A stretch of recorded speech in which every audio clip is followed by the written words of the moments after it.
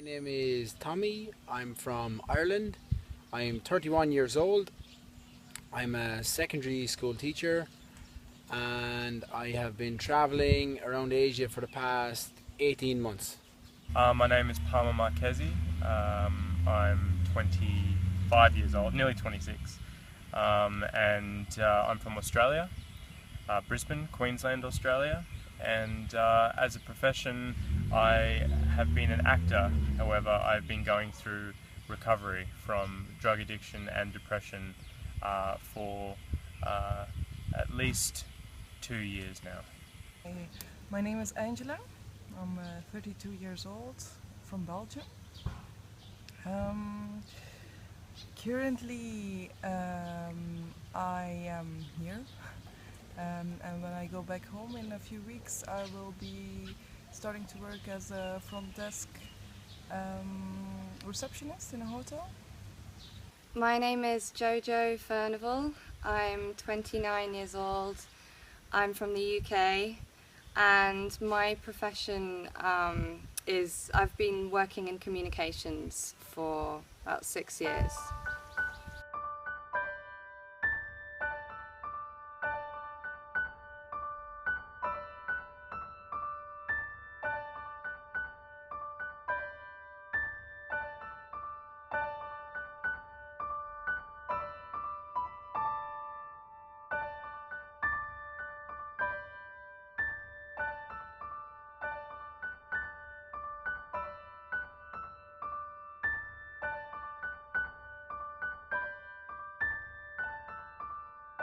I have experienced depression maybe from about the age of 18. It started when I was in second year in college, so I'm not sure, maybe it was building up in during my teenage years, but it really came to a head when I was 18, and I remember it well. It was it started when I was 18, second year in college, and it was like started off like anxiety and panic attacks, and I suffered with depression then for maybe about 3 years. I felt very alone. I felt very isolated. I thought I was going crazy. I thought people would think I was going crazy. I wanted to hide it and conceal it. I felt very numb. I remember one time I described it as my mind was like a block of ice. I just couldn't, if I was having a conversation with somebody, everything was slow. I was slow to react. My mind was slow to think. I couldn't get jokes because my mind was too slow to react, and I just couldn't engage in proper conversation because I couldn't react quick enough to think, to have the conversation, and then that made me feel worse, and I was very, very afraid that other people would find out, and I was very, very afraid to admit I was depressed. It was such a big word, and I thought nobody else was depressed and nobody else was suffering, and yeah, I struggled very, very badly to admit I was depressed, even to myself, to admit I was depressed. Right. I think it was a combination of factors, Xiaoji. I think lack of self-confidence and self-esteem. I think I was trying to be somebody that I wasn't, and I think there was too much of an imbalance between who I actually was and what I thought I wanted to be, or who I wanted to be, and I just didn't. I guess I didn't like myself for some reason, and I wasn't comfortable with who I was. And yeah, when I went to college, probably bad lifestyle, maybe doing things I shouldn't have done, bad diet. Then as a consequence of that, maybe not doing so well in college, and then the pressure of maybe going to fail some exams, and I think all the combination of factors came together, and it became too much for me. I was born in Melbourne, which is in South Australia. There's been mental health issues in my family. Before I was born, my mother had suffered from anxiety, and my older brother, who was born before me, he had OCD from a very young age, and my parents lost all their money, and so we had to move to Queensland from Melbourne, from Victoria to Queensland, and we lost all our family friends, and all our, my parents grew up in Melbourne, and so it was a brand new start.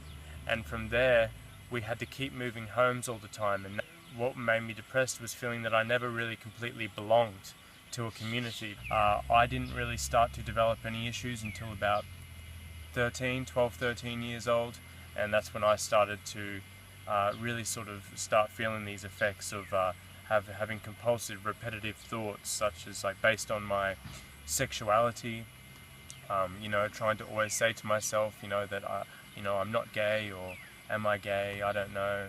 I'm straight. I'm heterosexual now, but it was just something that was really sort of bothering me, and there would always be constant, repetitive thoughts and questioning about that. And also, I had a vomiting phobia, which made me so anxious sometimes that I couldn't even eat in front of people because I was worried that I wouldn't be able to swallow my food. I might choke, or I might vomit in front of people. And yeah, that sort of continued through my teenage years, and I went to a psychiatrist who put me on medication. He put me on an antidepressant. However, being young and seeing all these other people just going through these more, I guess, it looked easier from the outside for other people to just do daily activities. It really brought me down, and even though for years I was working and working and working at getting better and trying to do what I could do and take my pills and all that kind of stuff, eventually it just wore down on me, and I felt, I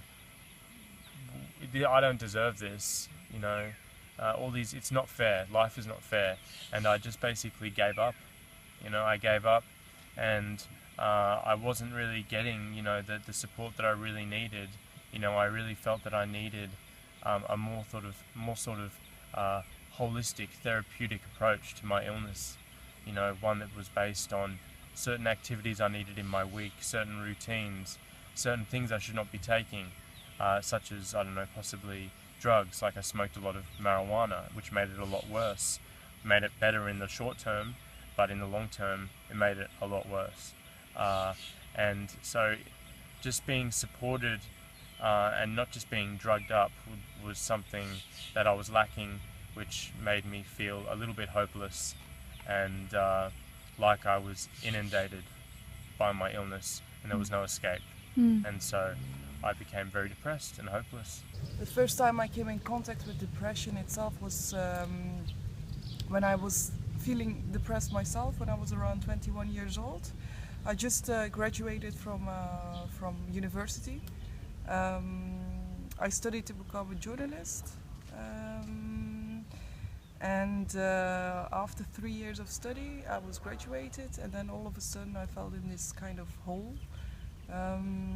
I didn't know what I exactly was feeling. It was just like I was empty, everything was negative. I didn't know at that time that I was depressed. I had no idea. I was very unhealthy also, very unhealthy lifestyle, too much alcohol also, unhealthy foods and stuff like this. It took me some years to pass this stage without help. It took me like 5 years to overcome this. There were breaks in between in which I would feel better or just a little bit more stronger than at the worst times, of course, so I could live a little bit, but then it was always encountered by adversity, like breakup from a boyfriend or lose of a job or something like this. Like I had this massive amount of losing jobs because of me not feeling well, so this is like a cycle that never stops. So you're like in a laundry machine, and it keeps on going and going and going, and it's like you cannot get out of it. It's my experience of depression started with my mum, because while I was growing up she suffered from depressive episodes. My dad has also suffered from depression. My cousin, he killed himself in 2011. He was only 20. My own experience was when I was about 18, so when I was at school, I suffered from depression for the first time, and I was prescribed antidepressant medication for a little while. I then had depression again when I was about 23, both times for about a year. And the second time I was also prescribed antidepressant medication, but a different kind, which proved to be much more effective for me the second time round. Since then, I haven't had any more recurrences of depression. For me, there were some external factors that were involved that triggered my depression both times. The first time I was at school, and I was at boarding school, a very, very strict boarding school. All my friends left. I really didn't like the place. I was, it didn't suit me. I was always in trouble. And yeah, this is what triggered the first episode of depression. I felt like there was no way out. There was no escape, and that was a very bleak feeling. There was nothing that I could do to help my situation. Similarly, the second time round, I just went through a bad breakup. The depression was coming just towards the end of the relationship as well. It was a pretty toxic, unhealthy relationship. Again, I felt like I had no way out. This feeling of being trapped and not being in control, not being able to help my situation. And then the breakup, which also involved, it was very messy.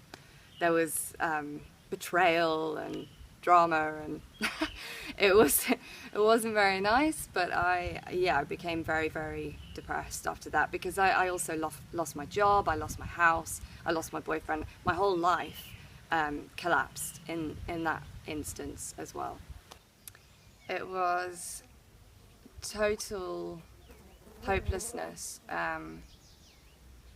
I wasn't sad. I just didn't want to be alive. I didn't want to be breathing. Breathing was an effort. I didn't want to get out of bed. I didn't want to be around people. I didn't want to be in my body. I just wanted to disintegrate.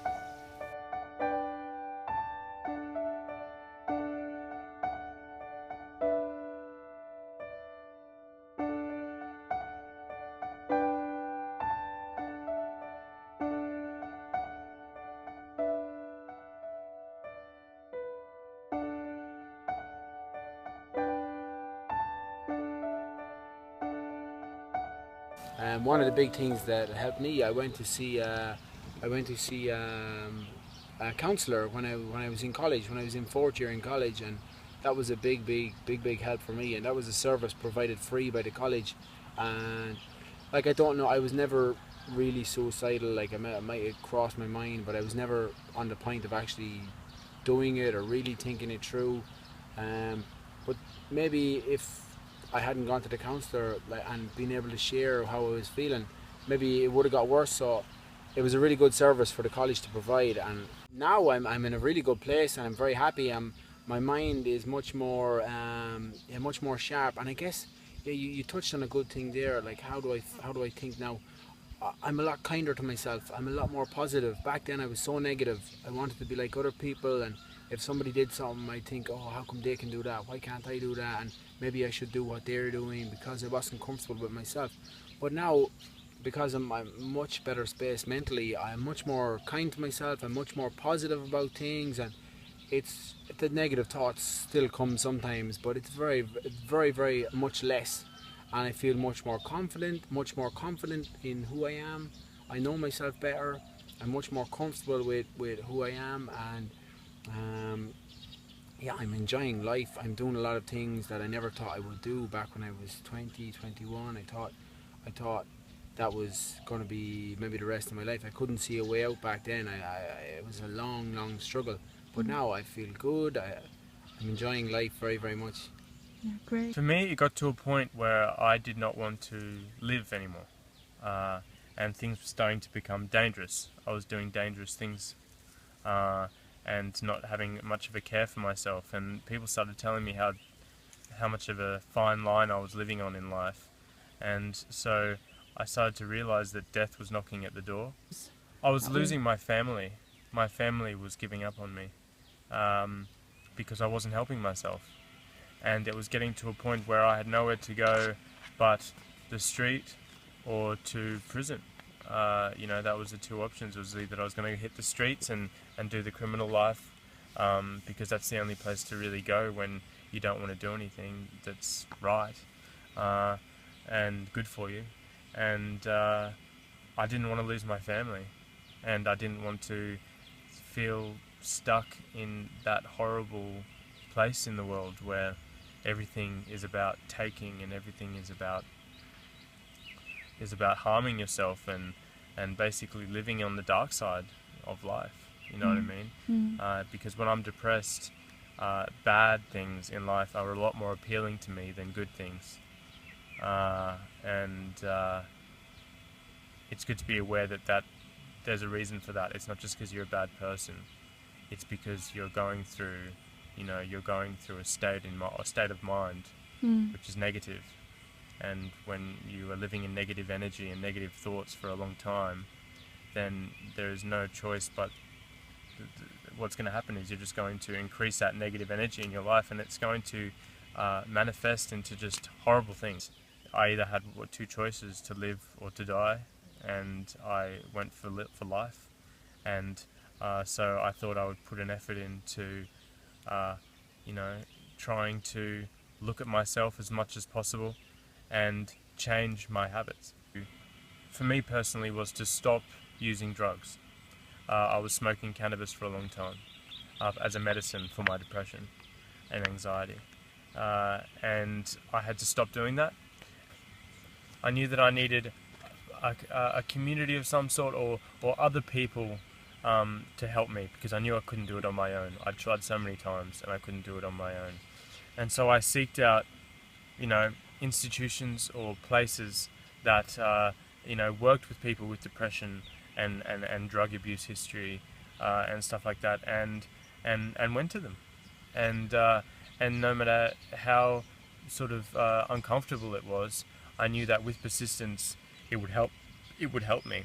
One of the big things that helped me was spirituality, and you could even call it religion if you wanted to. I mean, they are two different things. However, there is a program called the 12-step program, and I did sort of work a lot with that, and still do sometimes, and use 12-step program and other things to help me. And So it started, this moment started when I started to travel. This also helped me a lot, like to open up my eyes, to see other worlds, to see other cultures, to travel from one place to the other, to meet a lot of people, and to see that that you have to let go of some situations, some people, and this is just the normal way of how life goes, like meeting people, letting go again, seeing places, having to go from this place to another place. Like nothing stays the same, everything is changeable. And when you kind of get a clue in this kind of mechanism in life, then you learn to detach yourself from the feeling of feeling miserable, because everything goes, everything changes. So that means that if you're in depression, this means that also this will change at a certain point. And if this is how I changed, through traveling, through moving, I have the feeling that I can really manage the ups and downs of life. I know that there will be downs again. It's not like you can live in a constant up, which would not be possible also to do. And by being prepared for this, by being prepared for the fact that it will change again, that you accept the fact that it will get at one time back down again, this acceptance is also the letting go of feeling depressed, I guess, because I would say come to new life, because it's actually it's an amazing place to be. This, for me, this is like it would not be the end of my journey into spirituality, but it certainly is not. But it's like a oase in the desert, you know, like sometimes when you need to refresh or replenish yourself into something, this is the place for me to do this. It's when you come here, you feel so much energy, good energy, like it replenishes you a lot when you are here. So it's really a place to go when people have depressions. Well, if I'm honest, it was my parents. If I remember, I think actually the first time, the reason that I got help, the reason why I saw a doctor, I'm pretty sure I went to see the doctor for something else. And as soon as he started talking to me and asking me how I was, that's when it became clear that I was depressed. So really, it was thanks to him that that I was able to receive that help. It was a coincidence, because I'd gone for for something else.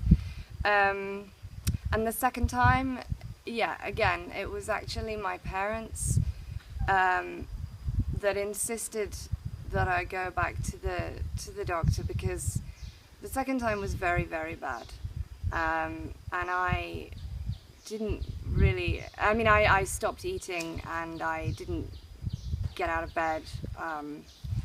So going to the doctor was not my proactive decision. Yeah, that came from them. By no means do I think that medication is the answer, is the only answer. Not at all. In fact, I think the opposite. But in my experience, the antidepressants, particularly the second time, because there are so many different varieties and some of them work for you, some of them don't work as well for you. So you have to experiment a little bit. You have to see what works, and just because you're taking an antidepressant doesn't mean that it's the right one. But the second time I took them, they definitely provided me with the lift that I needed just to get out of that real rock bottom black place of hopelessness, in order to then go to talk therapy or change my circumstances myself. I haven't had any more recurrences of depression. I'm very aware of it now, in myself and also in others. And particularly since my cousin, he killed himself in 2011. He was only 20, he was at university. I started working with a male suicide prevention charity in the UK called CALM, which stands for Campaign Against Living Miserably, because actually suicide is the single biggest killer of men under 50 in the UK. So it's a huge problem back home. And yeah, I guess when my cousin died, having had experience of depression myself, and also in friends of mine that were male, I just wish I'd known. He didn't tell anyone. At least I didn't know, and I just wish that I'd been able to say to him that it's okay. It needn't last forever. There are things that you can do about it. I can help. all of these things, but I didn't have that opportunity because he didn't speak out.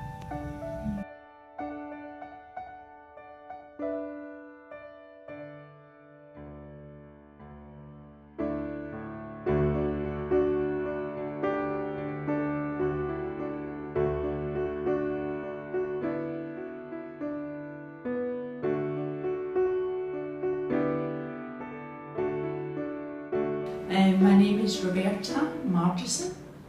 I'm 54. I'm from Scotland. I'm a social worker and I've been in social work for 18 years.